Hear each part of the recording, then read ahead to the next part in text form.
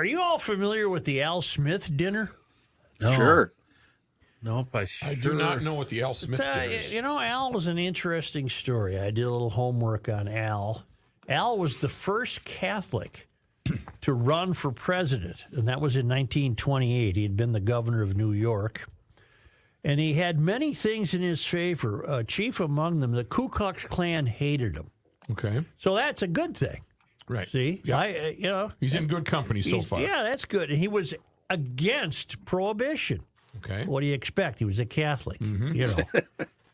He wanted that liquor available. Right, let's go. Well, here. he was an interesting cat. And every year, there is the Al Smith dinner in New York, and Cardinal Dolan presides. And every presidential candidate since 1960 has attended the Al Smith dinner. It raises funds for Catholic charities. The Catholics never missing a beat on how to raise money. And have a cocktail while you're raising money. Why not? And Trump is accepted. He went in 2016. In 2020, Trump and Biden attended by Zoom because of the pandemic. Now Trump is accepted again. He'll go this year. Harris will not go. And that's only interesting because all presidential candidates have attended since at least JFK. Okay. Right? All right. And she said she can't make it because she's campaigning in a battleground state. Oh, that's I don't know which one, but usually, not usually, always until now, presidential candidates have dropped whatever they're doing and considered this a must-attend event. You're going to be in the company of some high rollers. I would imagine the politicians who attend have a double purpose. They're going to slip a few bucks to the Catholics, but they also are raising money for themselves, and they're being seen, and they're getting the blessing of Cardinal Timothy Dolan. He's a red hat, you know. He's got the red hat. Yeah, he does. And Trump is calling out Harris for not agreeing to attend. And he said, it's sad, but not surprising that Kamala has decided not to attend. I don't know what she has against our Catholic friends, but it must be a lot. Yes. Because she certainly hasn't been very nice to them. In fact, Catholics are literally being persecuted by this administration. I am Catholic. I have not been persecuted yet, to my knowledge. Okay. Yeah, Same. you just wait.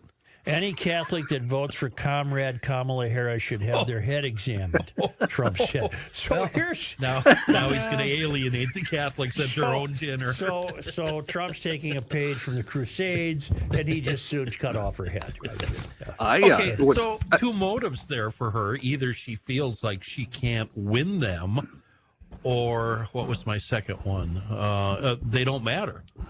Well, if she has an anti-Catholic bias, I Or don't. she hates them. I don't know about it. I don't know anything about it. I don't know anything about that. Could it, in fact, it be that it's just simply the truth? Sure, she could be in a battleground state, or the fact could be she. And I guess I'm going to have to get serious. Don't mean to. I felt I owed it to you. All right. The fact could be that she is surrounded by handlers for whom that kind of event would not be important. How do Catholics get along with Muslims? Probably not great, huh? The fact is that her handlers might believe that that's an antiquated affectation to attend the Al Smith dinner. It reeks of cigars and cocktails and goes back through the ages to when Al was the first Catholic president. You guys seem to have answered my question, because off air I was saying, why were Catholics so distrusted? And I'm accepting your answer. It probably is because the populace feared that a Catholic president would be more loyal. I think that was the fear with JFK, that a Catholic president might be more loyal to the Pope than the country. Yeah, that's not just the United States. That's that theory is hundreds of years old. I know. I'm sorry to have to be brought up to date on it.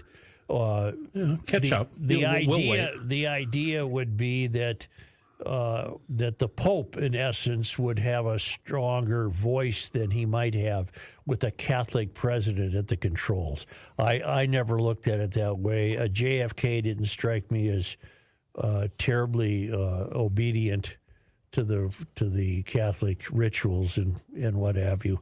But in any event, JFK, it took a long time. You went from 1928, when Al Smith was rejected, to 1960 when JFK got elected.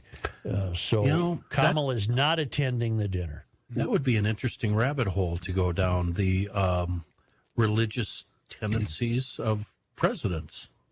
Do you think the vice president will make a public appearance at the ribbon cutting ceremony at the lactation thing at the prison? Is that something he shows up for? That's a she right now.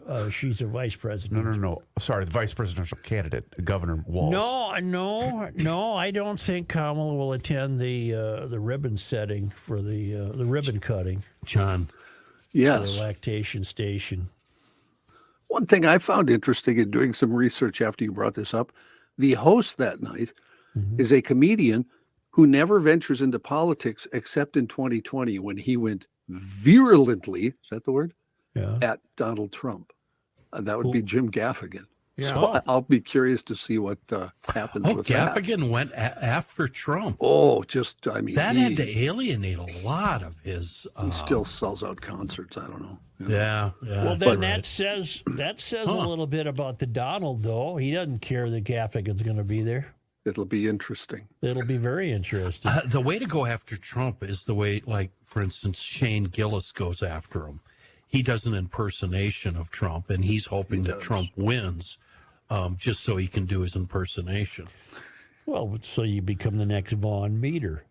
We already talked about him. He's whoever that is, great. He's the fellow that made his living impersonating Kennedy with the best-selling. Kenny, we talked about it. I believe his show was on after Bob and Ray. Yeah. Bob, I thought he was. Start. He wasn't the inventor of the hot air balloon, was he? Al Lewis? 1800s. Wasn't Al Lewis also Grandpa in the Munsters? You're right. Oh yeah. Well, I don't believe we discussed Al Lewis, Matt. We're talking about a fellow named Al Smith. Al Smith.